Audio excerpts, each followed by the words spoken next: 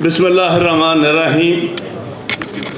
जनाब सदर supreme court bar association जनाब आबू ज़ुबैरी साहब, सुप्रीम कोर्ट बार एसोसिएशन के ऑफिस बेयरर्स और पाकिस्तान भर से आए हुए वकला भाइयों और बहनों,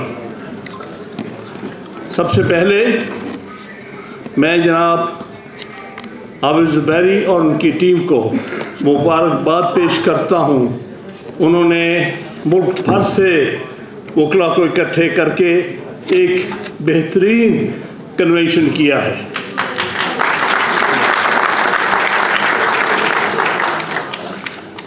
मैं तवक्को करता हूँ कि आइंदा भी सुप्रीम कोर्ट बार एसोसिएशन और दूसरी बार एसोसिएशंस मिलके वकला की तहरीक को आगे लेके जाएंगे इंशाअल्लाह। ये हक सिर्फ और सिर्फ वकला के नुमाइंदगान का होता है और कोई क्लेम नहीं कर सकता कि हम वकला तहरीक चला सकते हैं। सिर्फ वकला के मुंतखब नुमाइंदगान, वो सुप्रीम कोर्ट बार के हों, हाई कोर्ट बार के हों, डिस्ट्रिक्ट बार्स के हों, ये उनका हक है। तो इसलिए मैं अपील करूंगा सुप्रीम कोर्ट बार एसोसिएशन और आइंदा इलेक्शंस के बाद भी सुप्रीम कोर्ट बार एसोसिएशन वो इस जद्दोजहद जो कि इस वक्त गैर आइनी सूरत हाल में पैदा हुई है, इसको इंशाअल्लाह ताला आगे लेके जाएंगे इंशाअल्लाह। देखिए, वकला ने हमेशा स्ट्रगल की है आइन के लिए, रूल ऑफ लॉ के लिए और उस हवाले से अदलिया की आज़ादी के लिए। लिहाजा हमारी ये एक मखसूस रोल रहा है पाकिस्तान की तारीख में कि वो हम हमेशा जब भी कभी कोई डिक्टेटर आता है, जब कभी कोई और ताले आजमा आता है, हम वकला हमेशा उसके सामने खड़े हो जाते हैं और आइन की अमलदारी के लिए काम करते हैं। लिहाजा ये आइन और रूल ऑफ लॉ जो है, इसके लिए हमने पहले भी कुर्बानियाँ दी, चाहे वो 1968-69 का टाइम था, अयूब खान जैसे डिक्टेटर के ख़िलाफ़ मैं खुद वकला के जुलूसों में जाता रहा 1968-69 में। लिहाजा इसी तरह ज़ियाउल हक के ख़िलाफ़ 11 साल तहरीक वकला ने चलाई है और बेशुमार जुलूस निकाले गए हैं, पूरी तरह जद्दोजहद की है। उस किस्म के भी डिक्टेटर से जान छुड़ाने में वकला का बहुत बड़ा हाथ था। इसी तरह मुशर्रफ जैसा डिक्टेटर जो बहुत क्लेम करता था, बड़ा एरोगेंट था, उसके से भी जान सिर्फ और सिर्फ वकला ने छुड़ाई है। मुझे अच्छी तरह याद है कि 1980s में हम हर साल कन्वेंशन करते थे Lahore high court bar association के ज़ेर इंतज़ाम,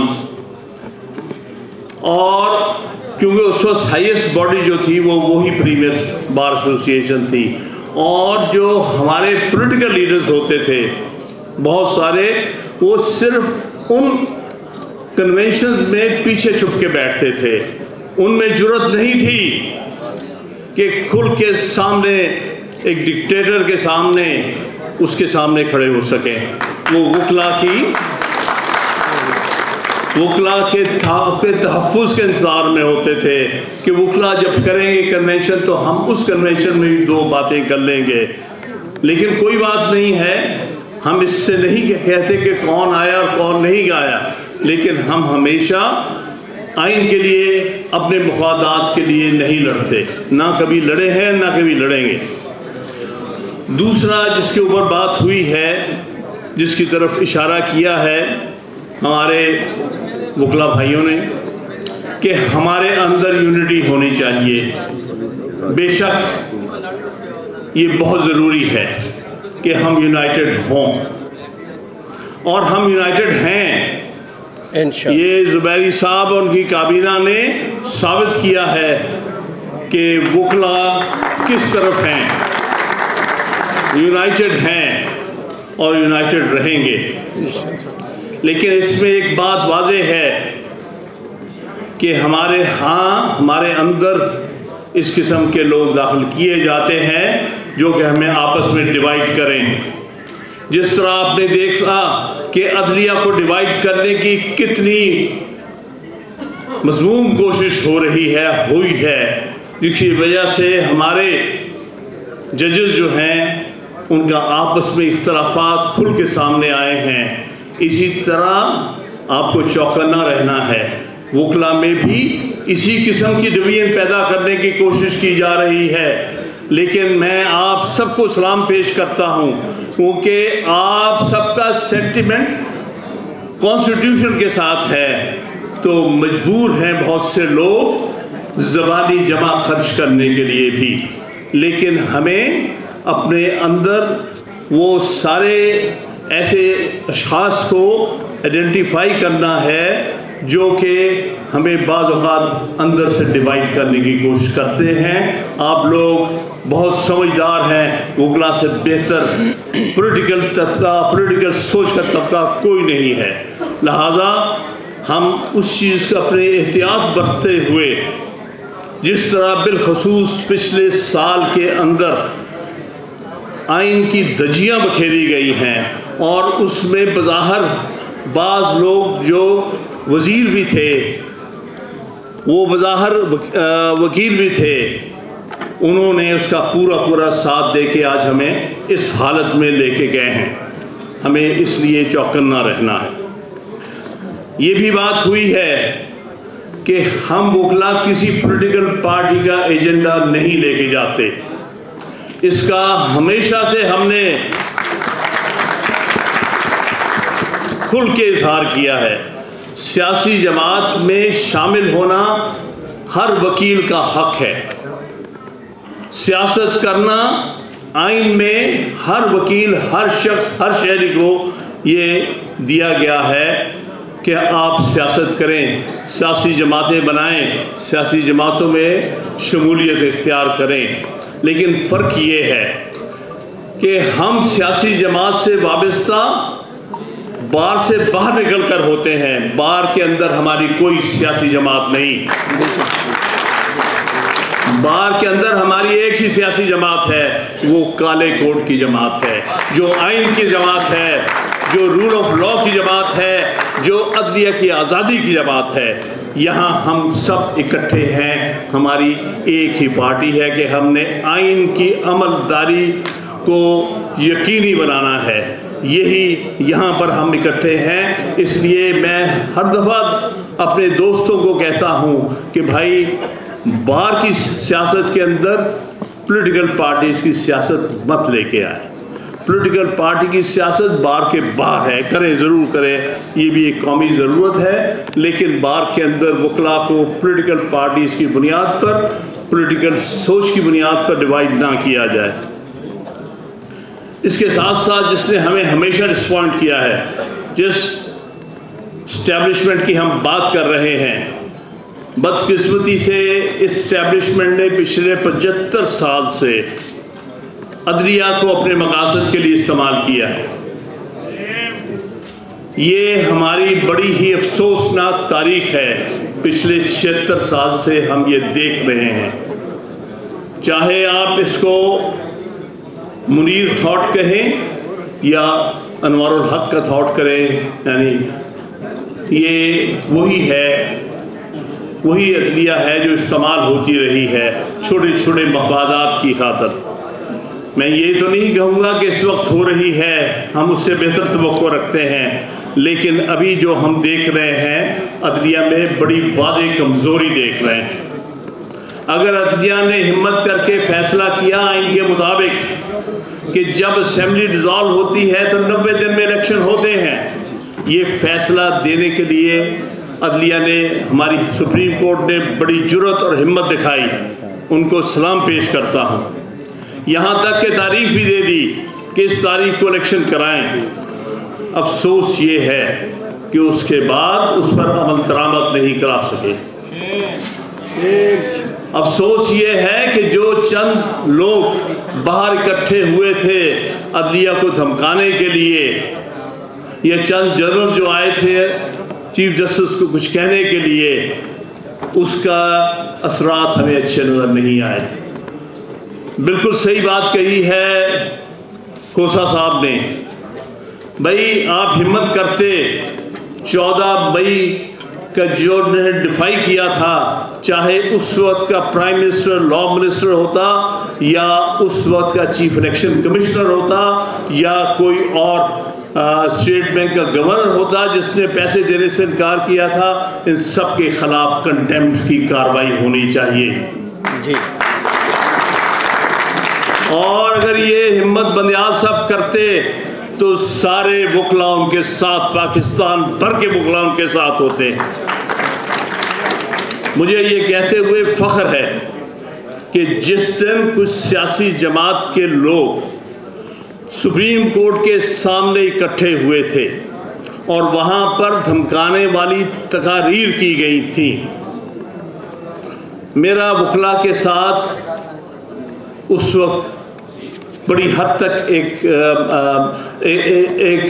राब्ता था और मैंने अपनी जो हमारे से रिलेटेड बार एसोसिएशन जो ग्रुप से रिलेटेड उन सब से कहा कि आप सब सुप्रीम कोर्ट के प्रेमिसेस को प्रोटेक्ट करेंगे। हमारे जुबैरी साहब की क़यादत में, और मुझे खुशी है कि बड़ी तादाद में वकला काला कोट पहनकर उस दिन सुप्रीम कोर्ट के प्रेमिसेस में मौजूद थे। उसमें हमारे पिंडी और इस्लामाबाद के वकला का ख़ास बहुत बड़ा रोल है। मैं हमेशा देखा है कि पिंडी और इस्लामाबाद के वकला ने ऐसे मामलात में बढ़ चढ़ के हिस्सा लिया और हमेशा हमारे मामलात को आगे लेके गए हैं। तो अगर हिम्मत कर जाती जुडिशरी, साथ जो 9 मार्च 2007 का वाक़या है, मुझे कुछ लोगों ने कहा कि भाई अगर वो कुछ करते तो इस्टेब्लिशमेंट पता नहीं जुडिशरी के साथ क्या करती। तो मैंने उनसे कहा था कि इस्टेब्लिशमेंट ने 9 मार्च 2007 को उस वक्त के चीफ जस्टिस को धमकाने की कोशिश की थी, लेकिन जब वो खड़ा हो गया तो पाकिस्तान भर के वकला उसके साथ खड़े हो गए। आपके सामने है उस धमकाने वाले डिक्टेटर को आखिरकार मायूस होकर अपने ऑफिस से अलग होना पड़ा। तो मैं आपको यकीन दिलाता हूं, अगर जुडिशरी कोई भी दिलेराना कदम कभी भी उठाएगी, वकला सारे इर्रिस्पेक्टिव ऑफ पॉलिटिकल पार्टीज, वकला सारे उसके साथ दस्तों बाजू बन के साथ खड़े होंगे। जुर्रत तो करे ना। तो असल मसला जो आ रहा है, मैं बिल्कुल सही कहा हमारे दोस्तों ने कि लाहौर हाई कोर्ट का कोई अच्छा रोल हम नहीं देख रहे। पंजाब में बेशुमार ख़वातीन, सियासी वर्कर, सोसाइटी के सिविल सोसाइटी के वर्कर्स को पिछले कई महीनों से अंदर रखा हुआ है। बहुत सारी पिटीशंस हो गई, जुर्रत नहीं पड़ रही। यहाँ छोड़ते हैं, वहाँ पकड़े जाते हैं। अगर इस हाई कोर्ट में जुर्रत होती, इस हाई कोर्ट के चीफ जस्टिस में जुर्रत होती, मजाल है कि कोई पुलिस वाला आके ये हरकत कर जाता। लेकिन अपनी कमज़ोरी का हम आज भुगत रहे हैं। इनकी कमज़ोरियाँ, छोटी छोटी कमज़ोरियाँ, छोटे छोटे मफादात, छोटे छोटे फेवर्स, किन चीज़ों की खातिर आप ये कर रहे हैं? बड़े दुख की बात है। हिम्मत दिखाओगे, पेशावर हाई कोर्ट हिम्मत दिखा रही है, वहाँ जुर्रत नहीं पड़ रही किसी की।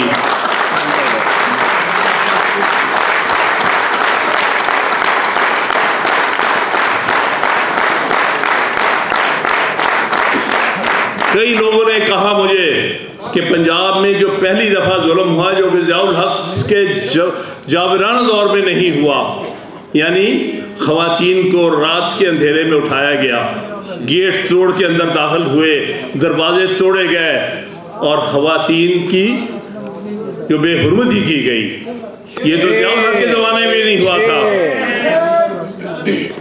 मैंने एक बात कही थी, भाई हम सबको इसके बारे में इल्म होना, पंजाब में लोगों को पता चलना चाहिए, क्योंकि ये पहली दफ़ा इस्टेब्लिशमेंट ये कर रही है कि हमारे बलोच भाइयों के साथ क्या होता है, सिंध में क्या होता रहा है और खैबर पख्तूनख्वा में क्या होता रहा है। अच्छी बात है कि अब पंजाब भी वो भुगत रहा है। ये रात को गायब करना, ये लाशें फेंकना, ये मिसिंग पर्सन्स होना, ये सिर्फ बलूचिस्तान की बदकिस्मती नहीं होनी चाहिए, जैसे कि मेरे भाई बुलीदी ने और मेरे और बलूचिस्तान के भाइयों ने बात कही। सारे कौम को पता होना चाहिए कि क्या गुजरती है, क्या गुजरती है इस मुल्क में इस्टेब्लिशमेंट के हाथों। इसलिए ये तजर्बे जिससे पंजाब गुजर रहा है, गालबन पाकिस्तान को इस हवाले से यूनिफाई कर रहा है। सबके तजर्बात आज हमें पता चल रहा है कि 1971 में हमारे बंगाली भाइयों के साथ क्या हुआ था।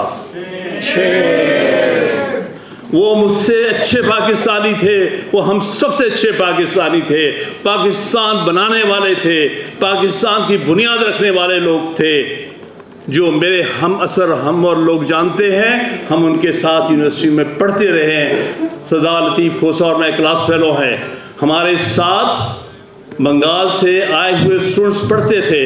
बल्कि 1966 में मुझे ये फ़ख्र है कि एक बंगाली भाई को मैंने सपोर्ट करके पंजाब यूनिवर्सिटी स्टूडेंट्स यूनियन का जनरल सेक्रेटरी इलेक्ट करवाया था। और मुझे बंगाली भाइयों का रिस्पॉन्स मिला था कि हम पंजाबी को कुछ और समझते थे, लेकिन आप पंजाबी लोग सोच में आइन और जमहूरियत रखते हैं, हमें खुशी हुई है।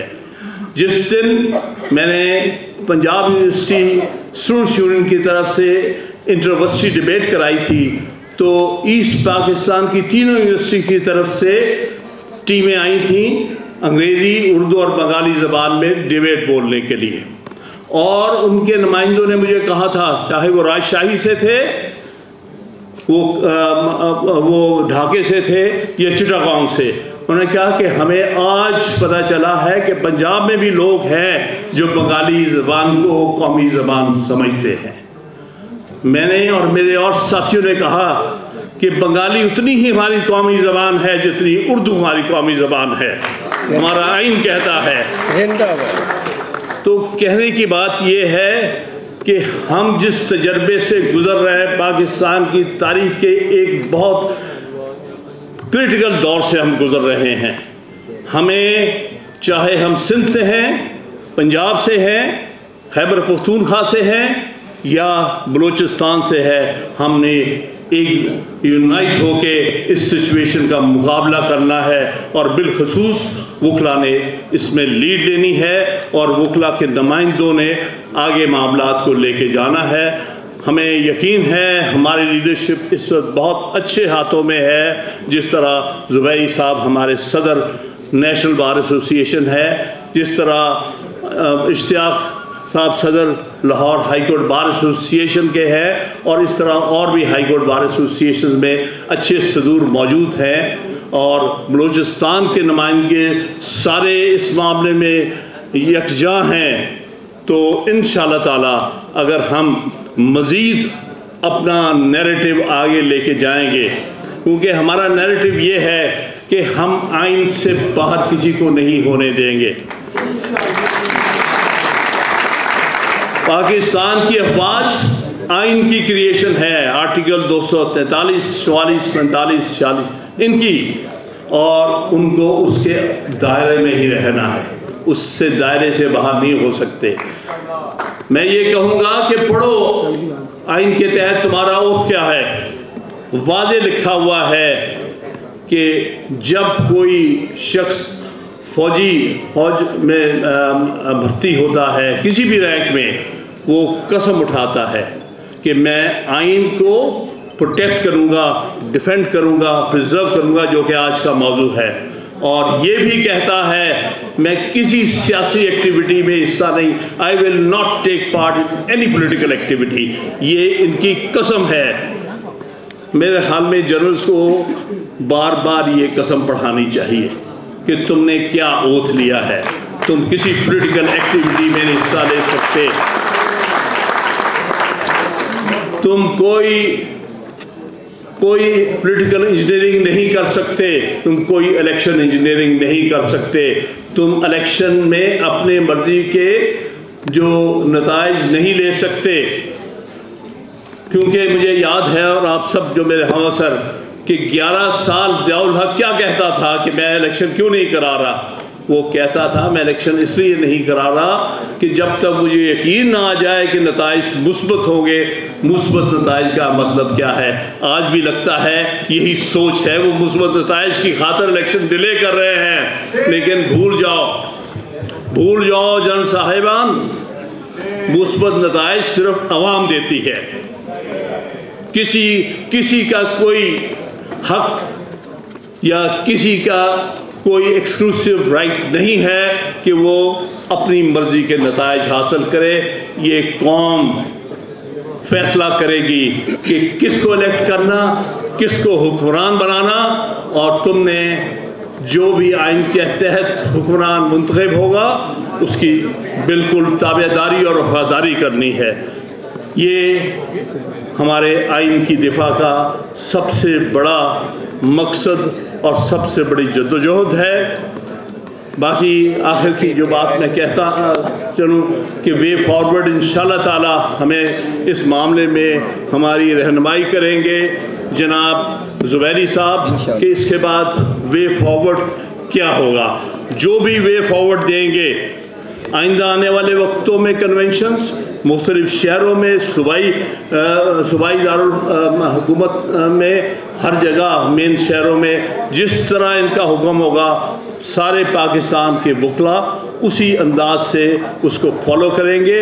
और इस कोशिश और काविश को उस वक्त तक हम लेके चलेंगे जब तक आइन मुकम्मल तौर पर बहाल नहीं हो जाता, रूल ऑफ लॉ नहीं आ जाता, मुल्क में फंडामेंटल राइट्स पर दरामद नहीं हो जाता। मैं आप सबका बहुत ममनून हूँ। बिल्कुल सुप्रीम कोर्ट बार